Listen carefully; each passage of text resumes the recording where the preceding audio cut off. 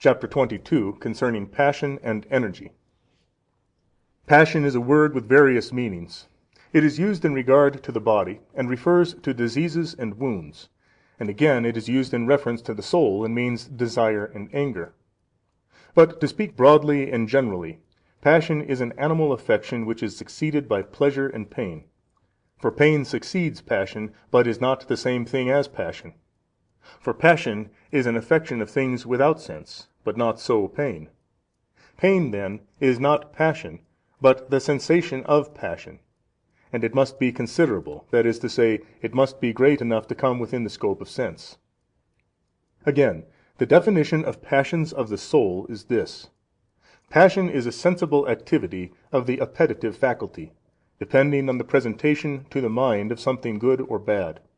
Or, in other words, passion is an irrational activity of the soul, resulting from the notion of something good or bad. For the notion of something good results in desire, and the notion of something bad results in anger. But passion considered as a class, that is, passion in general, is defined as a movement in one thing caused by another. Energy, on the other hand, is a drastic movement, and by drastic is meant that which is moved of itself. Thus anger is the energy manifested by the part of the soul where anger resides, whereas passion involves the two divisions of the soul, and in addition the whole body, when it is forcibly impelled to action by anger. For there has been caused movement in one thing caused by another, and this is called passion. But in another sense energy is spoken of as passion. For energy is a movement in harmony with nature, whereas passion is a movement at variance with nature. According then to this view, energy may be spoken of as passion when it does not act in accord with nature, whether its movement is due to itself or to some other thing. Thus in connection with the heart its natural pulsation is energy, whereas its palpitation, which is an excessive and unnatural movement, is passion and not energy. But it is not every activity of the passionate part of the soul that is called passion, but only the more violent ones, and such as are capable of causing sensation. For the minor and unperceived movements are certainly not passions. For to constitute passion there is necessary a considerable degree of force, and thus it is on this account that we add to the definition of passion that it is a sensible activity. For the lesser activities escape the notice of the senses, and do not cause passion. Observe also that our soul possesses twofold faculties, those of knowledge and those of life. The faculties of knowledge are mind, thought, notion, presentation, sensation; and the vital or appetitive faculties are will and choice. Now, to make what has been said clearer, let us consider these things more closely. And first let us take the faculties of knowledge. Presentation and sensation, then, have already been sufficiently discussed above. It is sensation that causes a passion which is called presentation to arise in the soul, and from presentation comes notion. Thereafter thought, weighing the truth or falseness of the notion, determines what is true, and this explains the Greek word for thought, dianoia, which is derived from dianoein, meaning to think and discriminate. That, however, which is judged and determined to be true is spoken of as mind. Or, to put it otherwise, the primary activity of the mind, observe, is intelligence. But intelligence applied to any object is called a thought. And when this persists and makes on the mind an impression of the object of thought, it is named reflection. And when reflection dwells on the same object, and puts itself to the test, and closely examines the relation of the thought to the soul, it gets the name prudence. Further, prudence, when it extends its area, forms the power of reasoning, and is called conception. And this is defined as the fullest activity of the soul, arising in that part where reason resides, and being devoid of outward expression. And from it proceeds the uttered word spoken by the tongue. And now that we have discussed the faculties of knowledge, let us turn to the vital or appetitive faculties.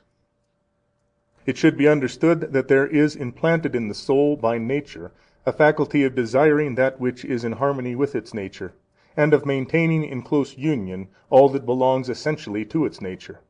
And this power is called will or thelesis.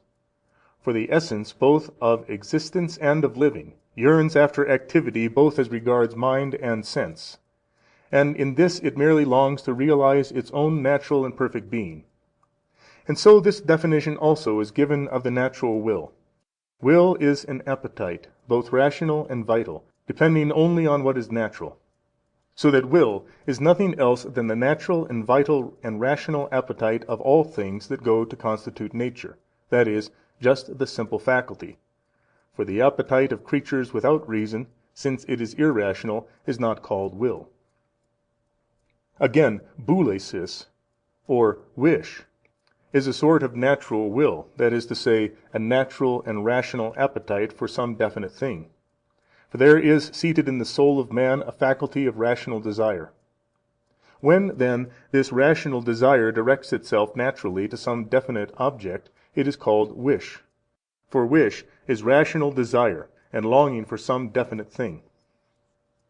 Wish, however, is used both in connection with what is within our power and in connection with what is outside our power, that is, both with regard to the possible and the impossible. For we wish often to indulge lust, or to be temperate, or to sleep, and the like, and these are within our power to accomplish and possible. But we wish also to be kings, and this is not within our power. Or we wish perchance never to die, and this is an impossibility. The wish, then, has reference to the end alone, and not to the means by which the end is attained. The end is the object of our wish, for instance, to be a king, or to enjoy good health. But the means by which the end is attained, that is to say, the manner in which we ought to enjoy good health, or reach the rank of king, are the objects of deliberation. Then, after wish, follow inquiry and speculation, zetetis and skepsis, and after these, if the object is anything within our power, comes counsel or deliberation, boule or boulesis. Counsel is an appetite for investigating lines of action lying within our own power.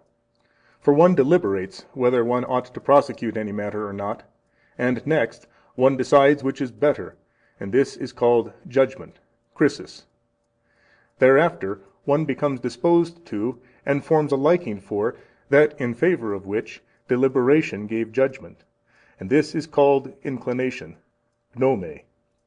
For should one form a judgment, and not be disposed to or form a liking for the object of that judgment, it is not called inclination. Then again, after one has become so disposed, choice or selection, proiresis and epiloge, comes into play. For choice consists in the choosing and selecting of one of two possibilities in preference to the other. Then one is impelled to action, and this is called impulse, or may, and thereafter it is brought into employment, and this is called use, crasis. The last stage after we have enjoyed the use is cessation from desire. In the case, however, of creatures without reason, as soon as appetite is roused for anything, straightway arises impulse to action. For the appetite of creatures without reason is irrational, and they are ruled by their natural appetite. Hence neither the names of will or wish are applicable to the appetite of creatures without reason.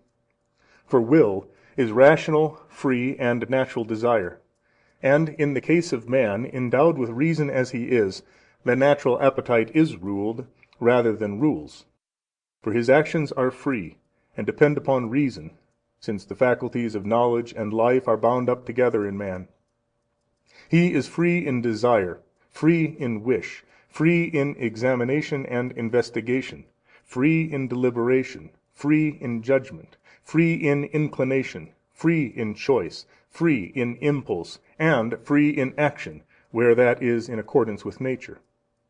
But in the case of God, it is to be remembered, we speak of wish, but it is not correct to speak of choice. For God does not deliberate, since that is a mark of ignorance, and no one deliberates about what he knows. But if counsel is a mark of ignorance, surely choice must also be so. God, then, since he has absolute knowledge of everything, does not deliberate. Nor in the case of the soul of the Lord do we speak of counsel or choice, seeing that he had no part in ignorance.